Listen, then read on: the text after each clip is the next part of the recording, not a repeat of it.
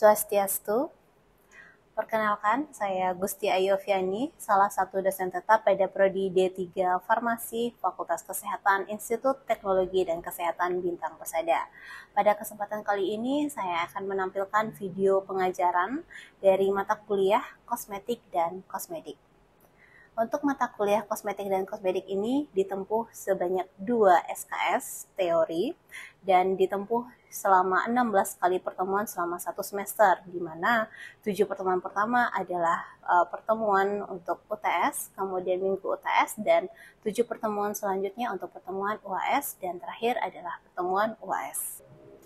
Adapun capaian pembelajaran pada mata kuliah kosmetik dan kosmedik ini yaitu yang pertama, mahasiswa mampu menunjukkan sikap bertanggung jawab atas pekerjaannya di bidang keahlian secara mandiri. Kemudian yang kedua, menguasai konsep anatomi dan fisiologi pada sistem integumen.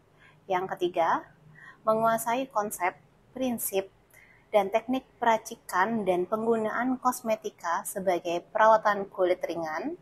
Kemudian yang keempat, mampu memecahkan masalah pekerjaan dengan sifat dan konteks yang sesuai dengan bidang keahlian, terapannya didasarkan atas pemikiran logis, inovatif, dan bertanggung jawab atas hasil kerjanya secara mandiri. Dan yang kelima yaitu mampu melakukan pelayanan obat dan perawatan kulit ringan. Mata kuliah ini membahas tentang kosmetik dan kosmedik yang digunakan untuk mengatasi permasalahan pada sistem integumen, meliputi anatomi dan fisiologi sistem integumen, kemudian jenis-jenis permasalahan pada sistem integumen, penata laksanaan terapi masalah kulit, cara pemakaian serta informasi yang harus diberikan kepada pasien. Adapun beberapa bahan kajian yang disampaikan pada kuliah ini yaitu seperti yang pertama, kosmetik dan kosmedik dari definisi, perbedaan, sejarah. Kemudian yang kedua adalah terkait anatomi dan fisiologi dari sistem integumen. Kemudian yang ketiga, kita memasuki pada permasalahan kulit seperti ada akne, kemudian melasma, dan alopecia. Kemudian membahas secara spesifik pada beberapa bahan zat aktif yaitu vitamin A, vitamin C, niacinamide, dan retinoid. Adapun bentuk pembelajaran dari kuliah ini dilaksanakan secara luring dan daring, dan pada beberapa pertemuan dapat dilakukan secara hybrid. Metode yang saya gunakan pada pertemuan pertama mata kuliah kosmetik dan kosmedik ini yaitu adalah DIA, Delivery, Interaction, dan Assessment. Pada saat penyampaian materi oleh dosen, di sini saya mencoba untuk meningkatkan interaksi mahasiswa terhadap topik-topik yang sedang dibahas. Kemudian pada akhir kuliah, mahasiswa diberikan suatu assessment atau kuis untuk menilai apakah mahasiswa sudah memenuhi indikator yang ingin dicapai pada setiap pertemuannya. Pada kesempatan kali ini, saya akan menyampaikan pertemuan pertama dari kuliah kosmetik dan kosmedik, di mana pada pertemuan pertama ini, mahasiswa ditargetkan untuk dapat menunjukkan sikap bertanggung jawab atas pekerjaannya di bidang keahliannya secara mandiri dan menguasai konsep, prinsip, teknik peracikan, dan penggunaan kosmetika sebagai perawatan kulit ringan. Nah, kemudian adapun sub CPMK untuk mendukung capaian tersebut yaitu mampu membandingkan kosmetik dan kosmedik berdasarkan regulasi dan penggunaannya. Adapun indikator yang digunakan untuk mencapai sub CPMK tersebut yaitu yang pertama, ketepatan menjabarkan definisi dan kategori kosmetik, kemudian yang kedua, ketepatan menjabarkan definisi dan kategori kosmedik, kemudian yang ketiga adalah ketepatan menjabarkan perkembangan industri kosmetika. Berikut adalah video pengajaran yang akan saya tampilkan. Selamat siang semuanya. Selamat siang, Ibu. Selamat siang, Kak. Oke, selamat bergabung kembali ya untuk di semester 5 ini. Untuk kali ini, sesuai dengan yang RPS sudah kita sepakati kemarin, ini kita akan mulai masuk ke pertemuan pertama dari mata kuliah kosmetik dan kosmedik ya. Oke, saya share screen terlebih dahulu materi yang akan kita pelajari hari ini. Ya, apakah sudah tampil dengan full screen di layarnya masing-masing? Sudah, Ibu. Ya, Bu. Sudah, Ibu. Ya, oke, baik. Terima kasih konfirmasinya. Sesuai dengan kesepakatan kita kemarin, jadi untuk mata kuliah kosmetik kosmetik ini akan kita laksanakan dalam 16 kali pertemuan ya. Jadi untuk pertemuan pertama nanti kita akan banyak membahas terkait definisi kosmetik, kosmedik, dan perkembangannya. Ya, sebelum itu saya sampaikan terlebih dahulu tata tertib pada kuliah ini adalah yang pertama, yaitu hadir tepat waktu ya. Saya rasa tadi semuanya sudah hadir tepat waktu. Nah, kemudian ke yang kedua, walaupun ini adalah Zoom meeting, tetap harus berpakaian rapi dan sopan. Kemudian yang ketiga, yaitu adalah menyalakan video. Dan yang keempat, apabila misalnya ada diskusi atau pertanyaan, silahkan menggunakan fitur raise hand pada Zoom meeting ini. Dan kemudian semuanya sudah melakukan rename ya, seperti biasa, 2 digit NIM terakhir, underscore dengan nama lengkapnya. Nah, kemudian jika apabila adik-adik mahasiswa di sini akan meninggalkan kelas, mohon bisa dinotis ke saya pada kolom chat ataupun dengan fitur raise hand ya. Oke, saya sampaikan sedikit terkait capaian pembelajaran. Jadi sebenarnya kuliah ini pada pertemuan pertama apa sih yang ingin kita capai gitu ya bersama-sama, yaitu yang mampu membandingkan kosmetik dan kosmetik berdasarkan regulasi dan penggunaannya. Jadi di sini nanti harapan dari kita bersama itu kalian bisa menjabarkan dari definisi kosmetik, kosmedik, serta bagaimana perkembangan industri kosmetik secara tepat. Kemudian nanti di akhir kita ada diskusi kembali ya secara menyeluruh. Jadi bagaimana kalian bisa menerapkan komunikasi yang efektif pada saat diskusi. Oke, ini adalah pokok bahasan yang akan kita pelajari hari ini. Jadi pendahuluan, kemudian nanti ada terkait kosmetik, kosmedik, kemudian nanti saya ada video ya yang akan diputar, kemudian dilanjutkan terkait industri kosmetik, serta yang terakhir ada penutup.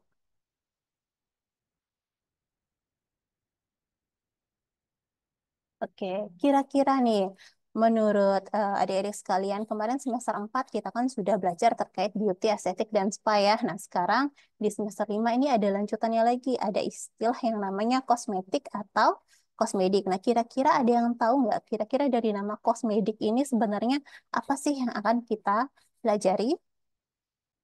Ya, boleh, Feby, boleh dicoba kira-kira kalau dari namanya kosmedik itu apa?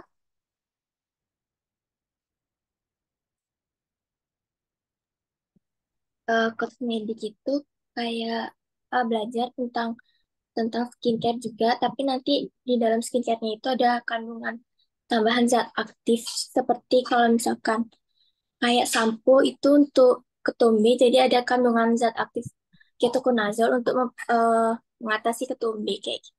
Hmm, ya, oke, betul ya. Itu salah satu contohnya ya tadi yang apa yang disampaikan oleh Feby itu sudah benar. Jadi bahwa kalau bedanya dengan yang kemarin di kuliah beauty estetik itu adalah lebih banyak kepada kosmetik untuk skincare, perawatan wajah ya. Sedangkan untuk yang kosmedik itu ada punya yang namanya aktivitas farmaseutis gitu ya. Jadi punya aktivitas farmaseutis tapi pada kondisi-kondisi yang minor. Oke, nanti kita akan bahas lebih lanjut. Oke, saya ada beberapa foto nih yang akan ditampilkan di sini. Nah, kira-kira untuk nomor satu ini termasuk kosmetik atau kosmedik? Ya, silakan Vivi. Izin menjawab Ibu, untuk yang nomor satu itu masuk ke kosmetik. Oke, satu pendapat dari Vivi bahwa nomor satu ini adalah kosmetik ya. Oke, kita simpan terlebih dahulu.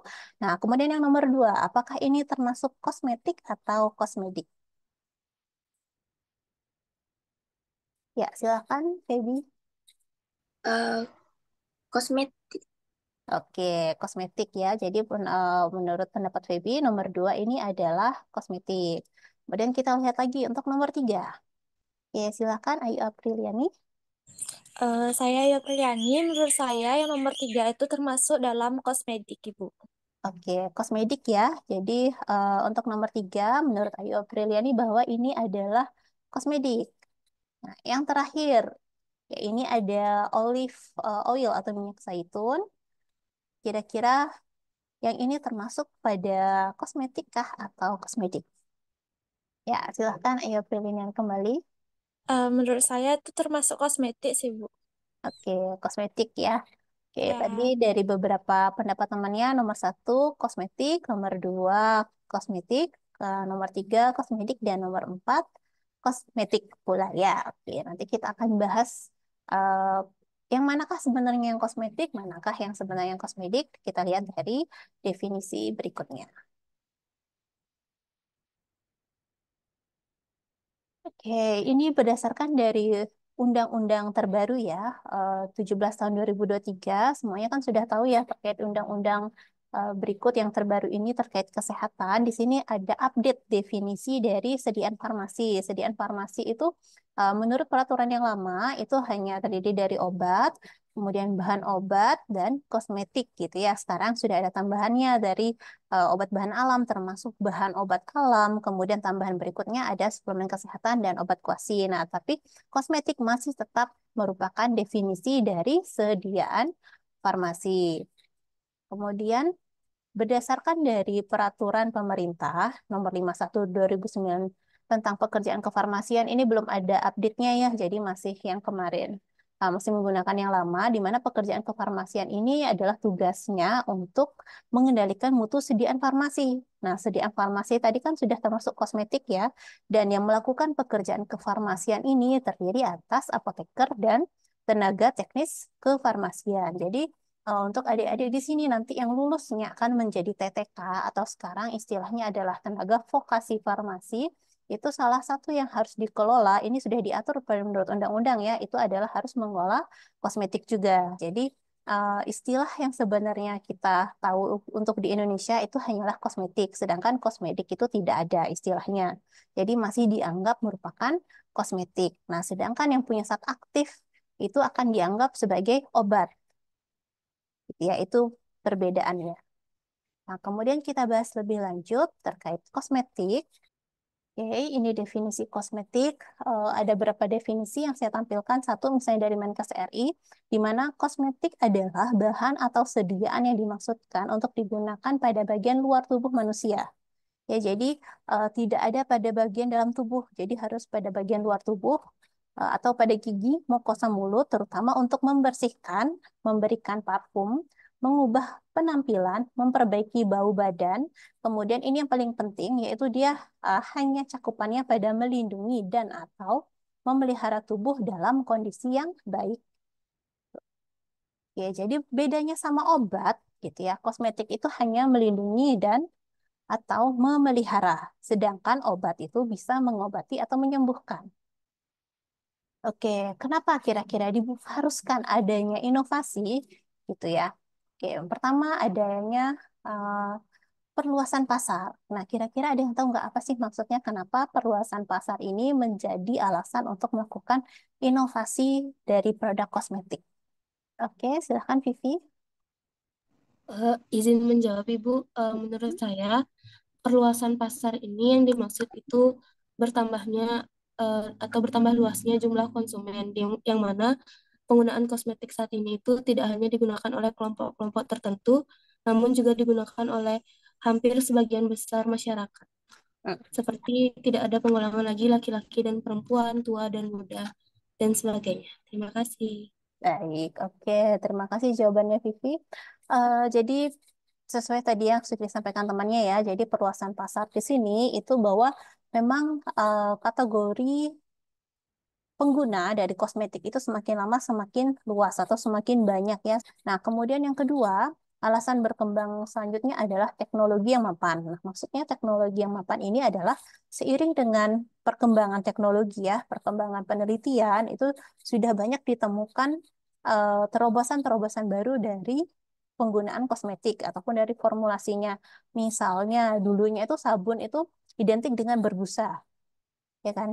Jadi harus berbusa dulu baru terasa mandi yang bersih gitu. Jadi perkembangan berikutnya adalah bahwa sabun yang minim busa gitu ya, tapi tetap punya fungsi untuk membersihkan ya, karena fungsi sabun adalah membersihkan.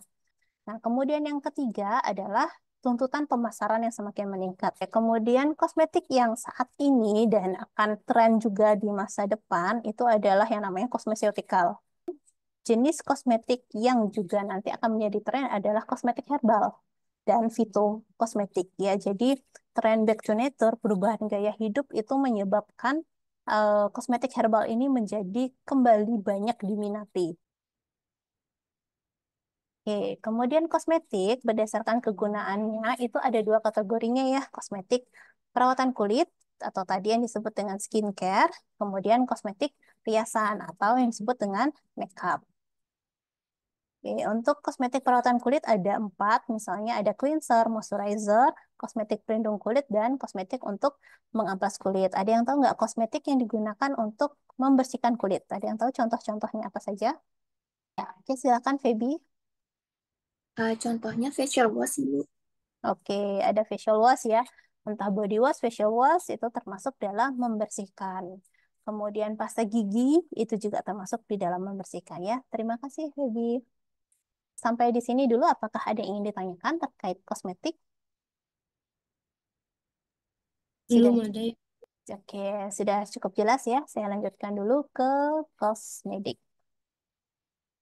Nah, kosmetik di sini itu punya definisi yang bersifat memperbaiki atau menyembuhkan. Bedanya ada di sini, gitu ya. Dia bisa memperbaiki atau menyembuhkan, tapi ada tanda bintangnya, ada catatannya. Apa yang bisa diperbaiki atau disembuhkan itu adalah hanya kelainan pada kulit dan akne yang tidak dapat disembuhkan oleh kosmetik biasa, namun terlalu ringan untuk disembuhkan lewat pengobatan.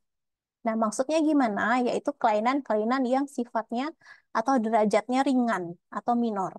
Misalnya, kalau kulitnya berjerawat, itu ya ada stage-nya ya. Jadi jerawat itu untuk akne itu ada stage-nya dari stage ringan, sedang, dan berat.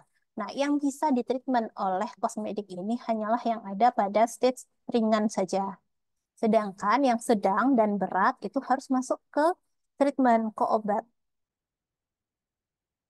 Mengapa sih sebenarnya di sini kan adik-adik di sini eh, menjadi TVK ya lulusnya ya. Kemudian setelah itu biasanya akan kerja di apotek, di rumah sakit. Kenapa sih harus mempelajari kosmetik ini ya ketika kuliah? Nah, sebenarnya nanti kalau misalnya kalian praktek di lapangan, terutama jika bekerja dengan dermatologis atau dokter spesialis kulit, gitu ya, hampir 30-40%-nya itu akan meresepkan kosmesiotikal. Ketika prakteknya nanti, itu kita akan banyak sekali menemukan resep-resep seperti ini, resep-resep dari penggunaan kosmesiotikal atau kosmetik itu.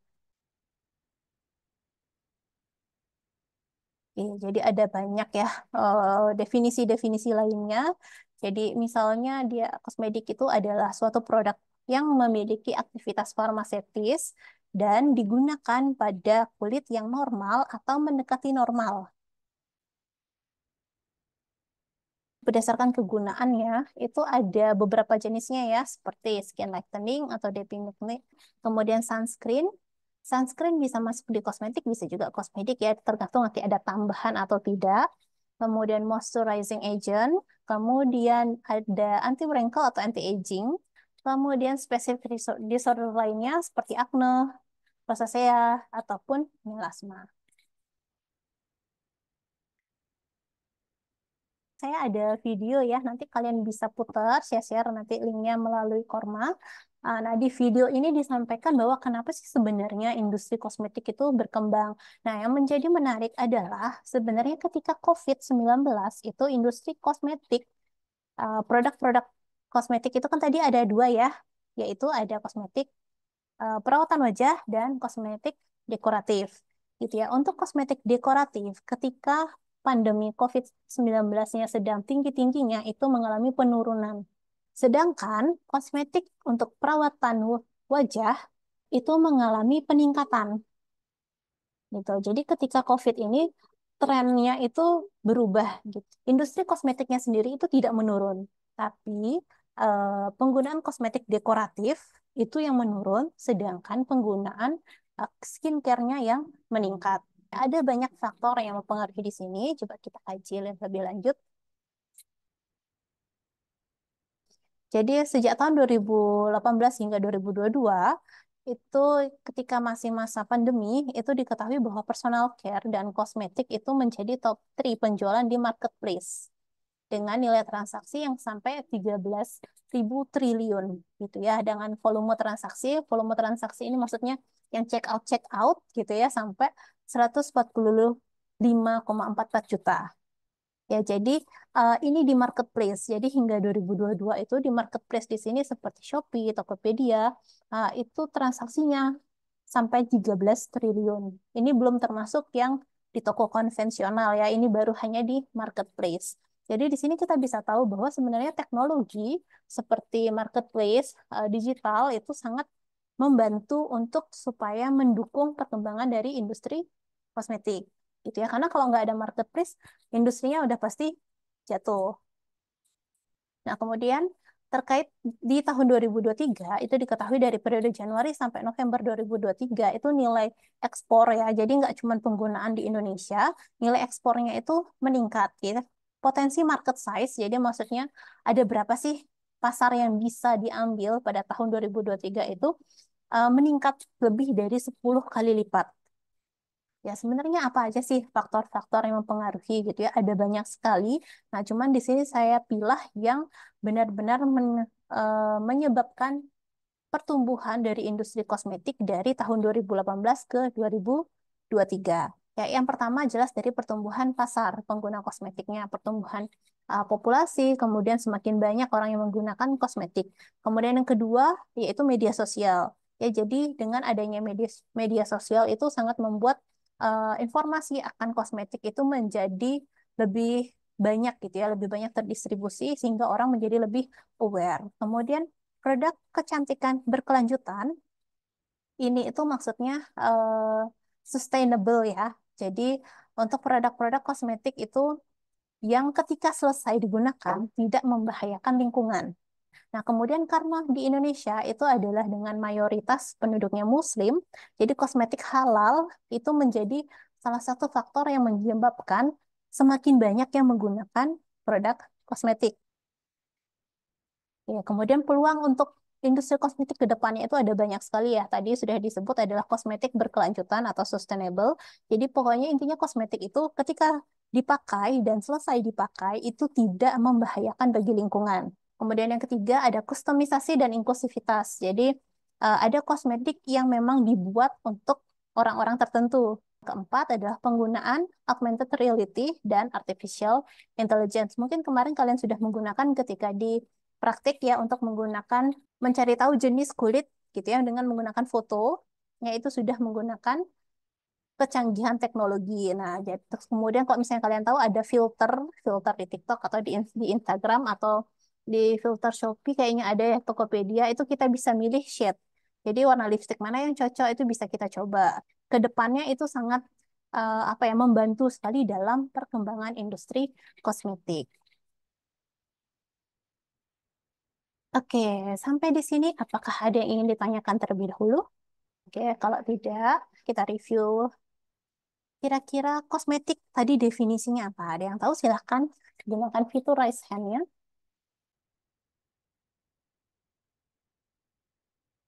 Ya, silakan Ratih. Izin menjawab, Bu. Kosmetik adalah bahan atau sediaan yang dimaksudkan untuk digunakan pada bagian luar tubuh manusia seperti epidermis, rambut, kuku, bibir, dan organ vital bagian luar atau gigi dan mukosa mulut. Ya, oke, baik. Terima kasih Ratih jawabannya. Ya, betul ya. Untuk kosmetik tadi kata kuncinya bahwa adalah memelihara dari tubuh pada kondisi yang baik. Kemudian definisi dari kosmetik. Oke, coba Julia Paramita. Definisi kosmetik itu adalah suatu produk kosmetik yang memiliki sifat memperbaiki atau menyembuhkan. Oke, baik. Terima kasih. Jadi betul ya tadi definisinya bahwa kosmetik itu punya punya potensi untuk menyembuhkan ya atau memperbaiki suatu kondisi, tapi dengan catatan kondisinya adalah kondisi dalam kategori ringan ya. Terakhir kita refleksi melalui Kahoot ya. Saya ada kuis sedikit. Saya akan share dulu Kahootnya. Nanti kalian bisa scan tampilannya di layar ini. Sebentar. Sudah muncul di layarnya, silakan bisa di-scan ya barcode-nya atau bisa buka Kahoot .it dan masukkan PIN gamenya ini 4450759. Saya akan mulai Kahoot-nya, terdiri dari 5 pertanyaan. Satu pertanyaan nanti dijawab selama 10 detik, dan setiap pertanyaan itu hanya terkait jawaban benar atau salah. Ya, jadi silahkan dipilih menurut tadi pemahaman kalian terhadap kuliah kita hari ini.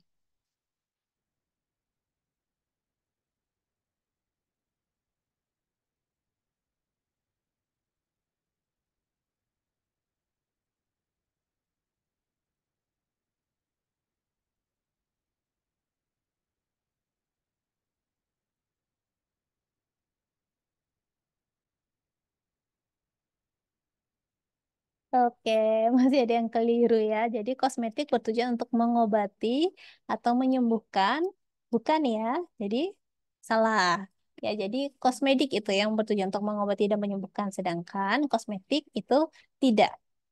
Ya, jadi tidak bertujuan untuk mengobati dan menyembuhkan, hanya memelihara. Oke. Oke, kita ke berikutnya.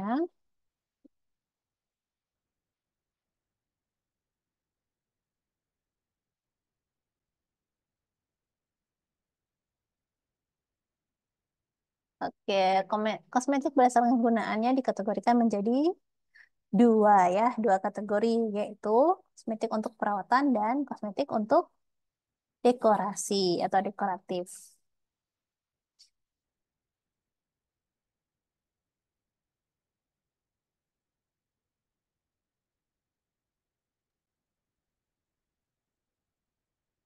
Oke, yang berikutnya kosmetik untuk melembabkan kulit termasuk kosmetik perawatan kulit. Ya, betul ya.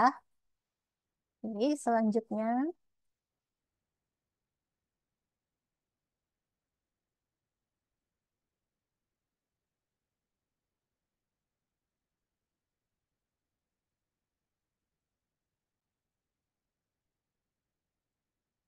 mm-mm.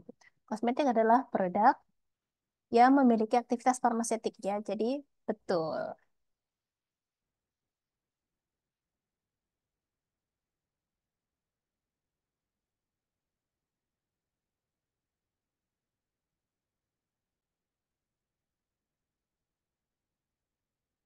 Mm-mm. Jadi betul ya, tadi terakhir sudah kita bahas bahwa media sosial ini merupakan salah satu faktor yang menyebabkan pertumbuhan industri kosmetik. Silakan digeser aja ya gambarnya.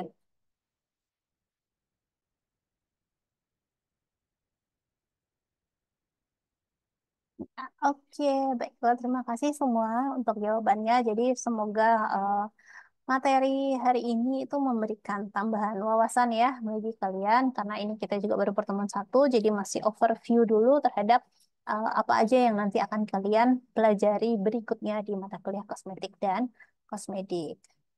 Oke, oke, tadi kita sudah melakukan kuis singkat juga ya melalui Kahoot. Kemudian untuk memperdalam materi, nanti saya ada tugas. Silahkan dikerjakan tugasnya secara individual. Karena kita masih ada waktu, silahkan dikerjakan selama 20 menit ke depan. Kemudian gunakan format berikut untuk menjawab. Dan nanti setelah ini, pengumpulan tugasnya silahkan dalam format PDF di LMS ya. Oke, begitu untuk akhir dari kuliah ini. Apakah ada yang ingin ditanyakan kembali? Iya, Bu. Saya ingin bertanya, Bu. Mm-mm. Itu tadi tugasnya itu formatnya mengikuti tabel yang di PPT Ibu itu? Iya, betul. Ha, ya, jadi formatnya untuk perbandingan mencari persamaan dan perbedaan dari kosmetik dan kosmedik ya. Iya, iya, baik-baik, makasih. Ya, oke, baiklah. Saya rasa demikian untuk kuliah pertemuan satu kita hari ini. Terima kasih semuanya. Sampai jumpa di minggu depan ya. Selamat siang. Selamat siang, terima kasih. Terima kasih. Demikian video pengajaran dari mata kuliah kosmetik dan kosmedik. Pada akhir sesi sudah terlaksana asesmen terhadap mahasiswa, di mana saya menggunakan metode asesmen kuis dengan menggunakan aplikasi tambahan yaitu Kahoot. Demikian yang dapat saya sampaikan pada kesempatan kali ini. Terima kasih. Saya ucapkan Om Santi Santi Santi Om.